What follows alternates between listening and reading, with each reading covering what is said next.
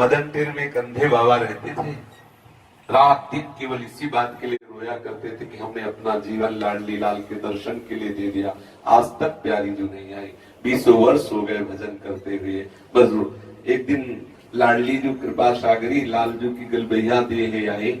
लालजू से कहा कि लालजू ये तो बाबा रोता ही रहता, क्यों रोता रहता है, इसको हंसाया जाए।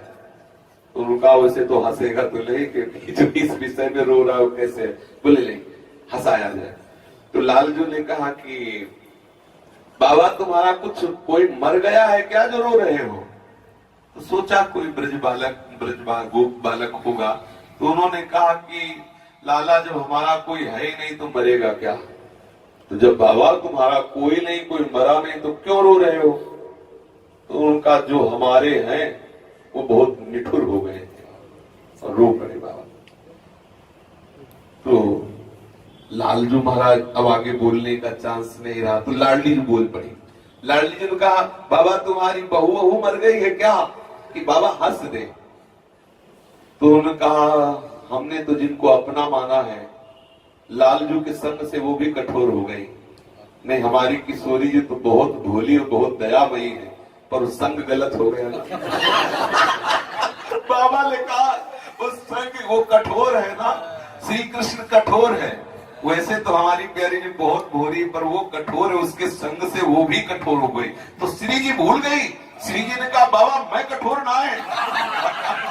नजदीक पहुंच के कहा बाबा मैं कठोर ना है। ओहो एकदम बाबा विकल हो गए। प्यारी जी अब लालजू ने कहा हम तो हंसाने के, तुमने बोले खोल दी।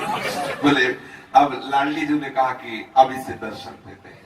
वो अंधे थे, आपको लाडली जी ने स्पर्श किया, दिव्य नेत्र जे ही देखा प्यारी जी और प्यारे जी निहाल हो गए।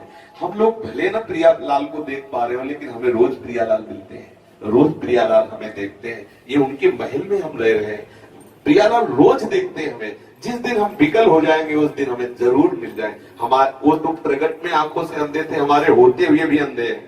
दिव्य वृंदावन में रह रहे, प्रियालाल के महल में रह रहे, एक भी झांकी हमें प्रियालाल की वो नहीं आ रही जिसका हम वर्णन कर रहे हैं, जो हम वाणी में पढ़ रहे हैं रूप, वो हमारे नेत्रों के सामने कहाँ आ रहा है।